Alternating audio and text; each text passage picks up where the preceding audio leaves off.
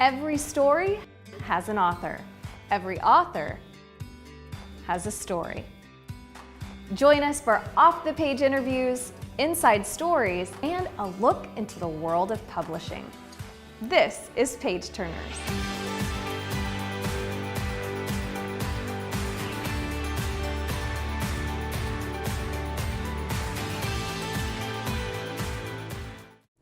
Welcome to PageTurners, presented by the agency at Brown Books. I'm Hillary Kennedy. Approximately 1 in 8 women struggle with infertility, yet it's been difficult to talk about this subject publicly. And my guest today is an expert in her field, both as a fertility physician and as a patient. And in her new book, Miracle Baby, A Fertility Doctor's Fight for Motherhood, she brings her own unique perspective to this important conversation. So welcome to the show, Dr. Noorhasan. Thank you for having me, Hillary. Yeah, I'm excited you're here. So, Dr. Noorhasan, tell us a little bit about your background. Yeah, so originally I was born in Guyana in South America, and my family moved throughout the Caribbean. So we lived in Belize for a few years and Antigua before we finally settled on St. Croix, part of the United States Virgin Islands. And that's where I grew up, where I went to high school. I then started college at the University of the Virgin Islands on St. Thomas, and then was accepted into medical school in one of their 8-year programs at Boston University School of Medicine. And that 8-year program is called the Early Medical School Selection Program. And so part of that program is I would finish up college and then start medical school as part of that program. And I absolutely loved living in Boston. But to be someone from the Virgin Islands where it's nice and warm, it was very cold in Boston. And so I came to Texas and did my residency in obstetrics and gynecology at the University of Texas, Houston. During our residency program, we rotate through the various subspecialties of obstetrics and gynecology. And one of those subspecialties is reproductive endocrinology and infertility. And when I rotated through that field, I fell in love with that field of medicine. It gives me so much joy to bring happiness to people when they want to conceive. And so I furthered my training by pursuing a fellowship in reproductive endocrinology and infertility, which I completed at New Jersey Medical School. I stayed in private practice in New Jersey for 3 years and then moved to Dallas, and I've been in private practice here for the last 7 years. I love it. I love that you get to be in a job where you make people's dreams come true. Oh, I have the best job in the world. It's a lot of fun. So what motivated you to become an obstetrician and a gynecologist? So a lot of what motivated me to become an obstetrician and gynecologist has to do with watching my mother go through her reproductive life. So I was 5 years old when my 7-month-old sister died of massive dehydration, and it was related to a stomach virus that she had, vomiting and diarrhea. And I remember standing at the cemetery watching this tiny casket go 6 feet lower and thinking to myself, well, that's the last time I'm going to see her. And so my mother's next pregnancy, her due date was going to be on my 8th birthday. And she showed up to the hospital, and the baby didn't have a heartbeat on the due date. So what would have been a great day turned out to be a very devastating day. And then finally, her subsequent pregnancy, she was a few weeks shy of delivering and went in for her prenatal visit and was told that she had high blood pressure, severe swelling in her legs, and she had what's called preeclampsia. And so they told her she had to deliver very soon or she would lose that pregnancy also.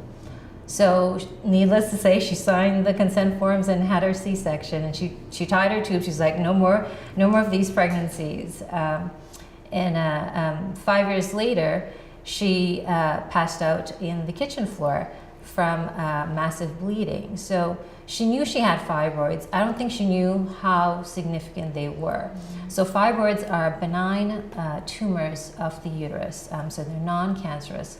And many times women don't know they have them unless they have bleeding or significant pain. So when she passed out in the bathroom floor, we took her to the hospital. She got a transfusion and ultimately a hysterectomy. So watching my mother go through these changes in her reproductive life planted a seed in me that I should pursue obstetrics and gynecology and help women. That's a really difficult circumstance, but how neat that you found your passion. You're seeing her, her journey. Yeah. Well, so in your book, Miracle Baby, A Fertility Doctor's Fight for Motherhood, you talk about these traumatic events in your early life. How did they prepare you for the work that you do today? My parents were immigrants, and I'm the oldest of our siblings. And so our lives were not easy. And I have the unique ability to stand in someone else's shoes and truly understand what they're going through. And so it's helped me quite a bit in practice today. Well, so you have actually won numerous Top Doctors Awards, and you're known as being a very empathetic physician. You've helped countless couples, but you were actually a patient and did 5 cycles of IVF as well. So how does your understanding of what it's like to be on the other side and be a patient help you in your practice? So I know what it's like to do all those shots. I know what it's like to undergo the retrieval process. And I certainly know what it's like to have your hopes up, thinking, well, this is going to be the cycle that works, and then to have that hope shattered a few weeks later. So it's a significant emotional roller coaster ride that I would not wish upon anyone. That's got to be so helpful for your patients, because you can really truly know what they're feeling and what they're going through. So you didn't meet your husband until later in life, and then you pursued pregnancy as a single woman. What was that experience like? Yeah, so I was in my mid-30s. Actually, I was in my late 30s, and the biological clock was ticking. It was ticking really fast. And so I wanted to have a child, and I just had to make a decision. Do I still wait around for Mr. Right to show up, or do I pursue my dream of having a child? I wanted to experience pregnancy. I wanted to experience delivery. I wanted to have my baby kick inside of me and know what that's like. I wanted to be able to talk to my baby and have him respond to my voice while pregnant. And so it was very difficult, trusting someone to carry my child for me. And I mourned the loss of not being able to do that. So it was not easy either choosing a surrogate. Choosing a surrogate is one of the most difficult processes, because you have to pick someone that you're comfortable with. You're going to have a very intimate relationship with this person. But at the same time, you want to pick someone who is aligned with you on so many decision-making processes. And so, my husband and I, we wanted someone who had a good obstetrical history, had easy deliveries in the past, who did surrogacy in the past, or at least was familiar with the in vitro process.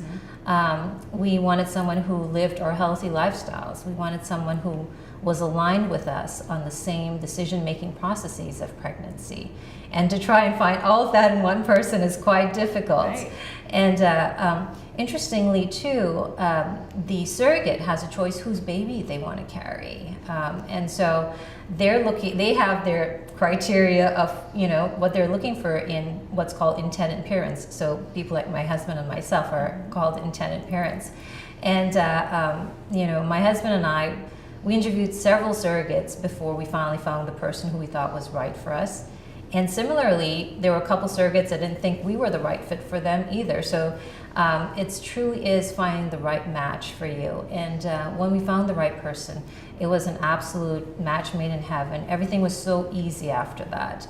But it's not an easy process first finding the surrogate. Right, no, that does sound very involved, and it's interesting. I didn't realize that it's kind of a two-way street, that they also have a pretty big say in who they work with. So yes, absolutely.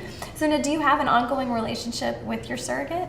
Yes, we do. I want my son to grow up knowing the woman who carried him and delivered him. So we exchange phone calls, text messages, and certainly multiple photos so she can see how he's been growing. Oh, that's neat. I love that. So what was your goal in writing the biography of your life? It's interesting that you asked me that question. So I'm a very private person, and sharing deep aspects of my life publicly is not something I thought I would be doing.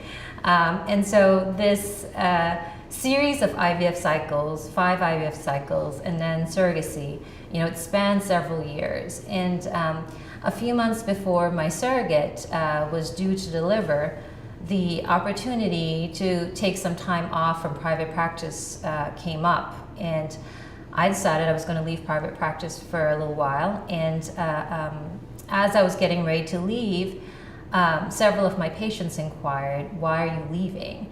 And I remember telling them, we're expecting a baby, and well, obviously I don't have a baby, I'm not pregnant. And so, they asked for more and more questions. And I remember sharing details of my story with a few patients. One particular patient, she had just failed an IVF cycle and she was in despair, and telling her a lot of details about my own story. She said to me that my story gave her hope, and which is something she had lost at that time. There was another couple, a same-sex female couple. They showed up to my office a few months before my surrogate delivered, and they brought me baby gifts, and I felt awkward receiving it. I just, here they were giving me a baby gift, and I hadn't given them a baby as yet. And so I asked them, I said, "So why are you bringing me this gift? I haven't even given you a child as yet."